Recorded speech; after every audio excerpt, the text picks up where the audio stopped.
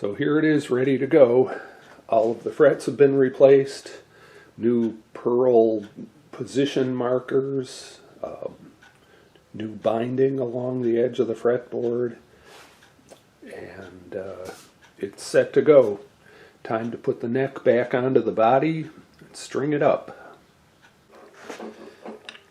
So I'm tightening this truss rod just enough to give a little bit of relief in the neck when I rock a straight edge on the frets. Really can't be sure exactly how much to tighten it until the strings get on and we tune it up to pitch. I might have to remove the neck and tweak the truss rod a little bit in a day or two, but this is a good starting point. So now, I think I showed this before, but the neck is going to go into this hole in the block there, and the bolt will go into that hole.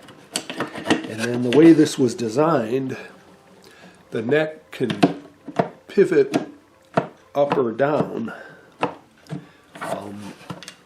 You can see this piece is curved, so you can change the angle of the neck.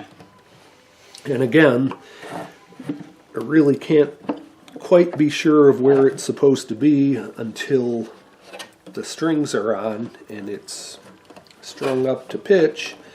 But I'm just going to start with the neck in the lowest position because I think that's where it was before. Yeah, right. That's exactly right. So then to hold it in place, we've got the giant washer that goes on that bolt and the giant wing nut. And it's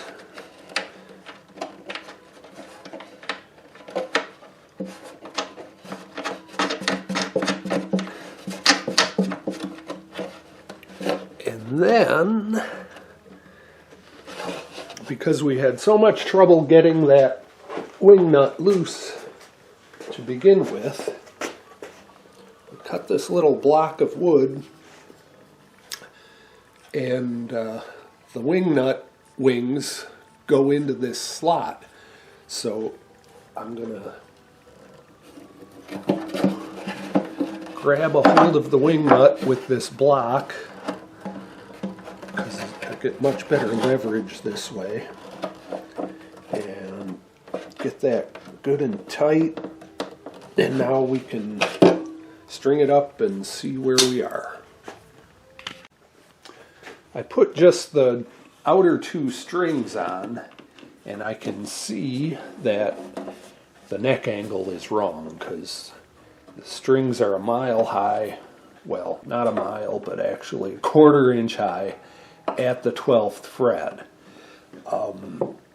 So I'm going to have to get these two strings loose and loosen the wing nut and change the neck angle. Make the neck point up more, and that will bring the strings down. So right now,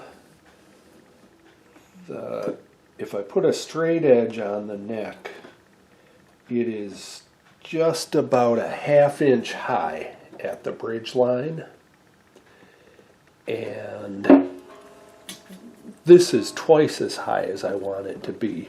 I want to bring this action down, well, actually by 4/32 of an inch. So in order to bring the action down by 4/32 at the 12th fret, I need to change the string angle at the bridge, or well, the height of the straight edge at the bridge by 8/32. So I'm going to, when I loosen the wing nut and manipulate the neck, I'm going to try to get it so that this straight edge is actually 3/4 of an inch at the bridge instead of a 1/2 inch. And that should give me something pretty close to the action that I want at the 12th fret. If not, I will loosen the nut and try it again. This is not a quick process, but once I get it set, it should stay. So here goes. I put the strings on the guitar several days ago and just let it sit and settle a little bit. This top is so light I didn't know what was going to happen with it.